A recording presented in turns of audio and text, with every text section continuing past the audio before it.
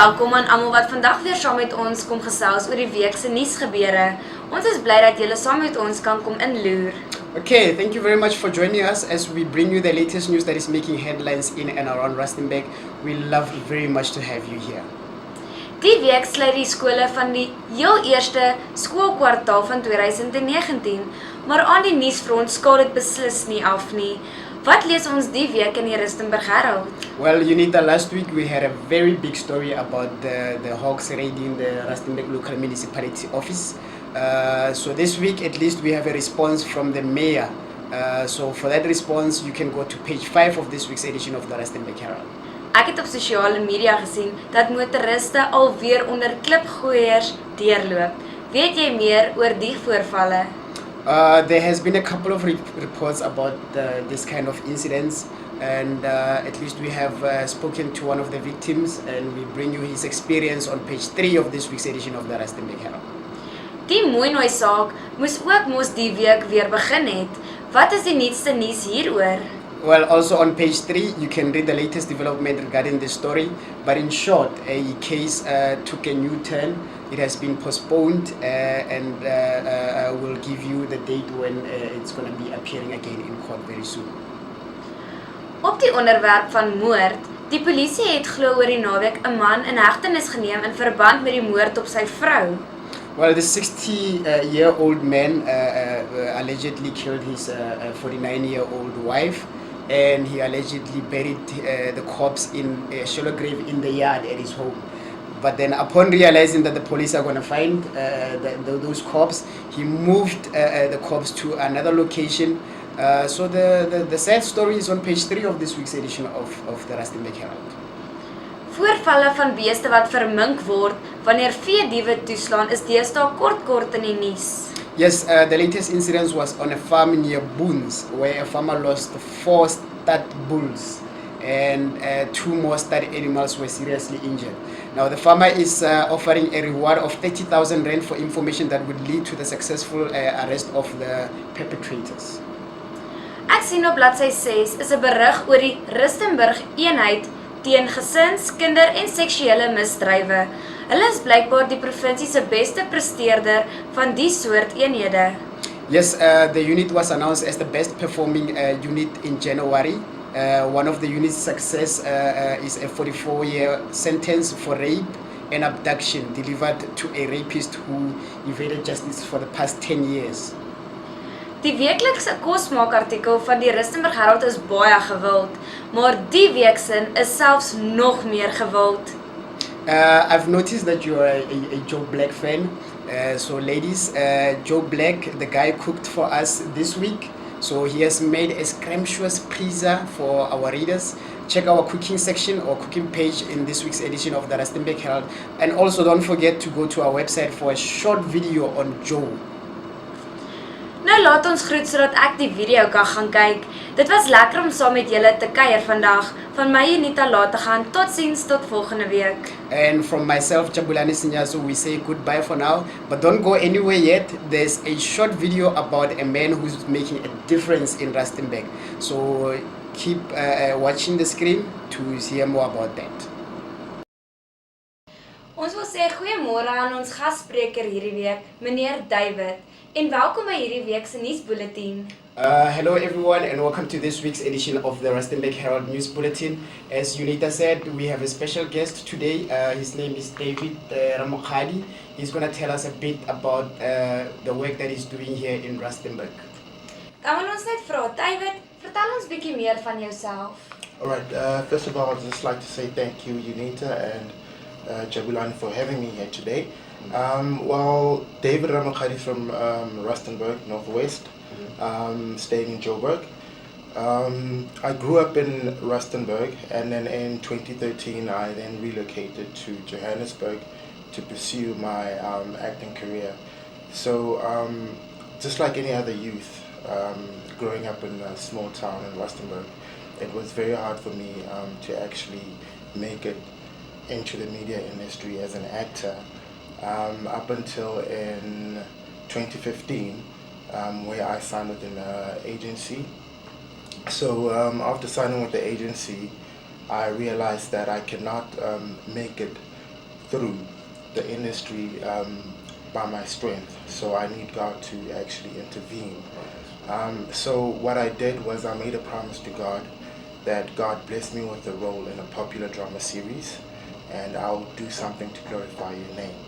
So I remember I signed with the agency in 2015. Then in 2016, my agent then told me that we've got a role for you in Movango, that's in SABC2.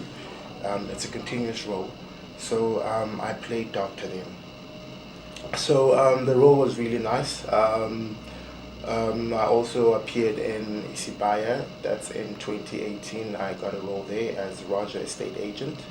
Then in 2017, I remembered that I made a promise to God that God blessed me with a role in a popular drama and I'll do something to glorify your name. That's when I started giving back. So yeah. That's beautiful. So David, we are aware of your foundation, Ramokhadi Care Foundation. So for those of you in Rustenburg who are not aware of that, David is going to tell us a bit about that. Can you tell us a bit about the foundation, what it does and what impact it has on the youth of Rustenburg? Okay. So what happened was in 2017, that's when I started giving back I decided to start giving back to youth and vulnerable children living in and around Rustenburg, where I started this initiative, giving back school shoes and school uniform to children at the at Raleboha Special School. Yes, that's based in Moruleng. Yes. So we also had motivational speakers that came to actually help us. I've worked with Godfrey Mpatwe, who was Mr. South Africa Finalist 2016, and just a whole lot.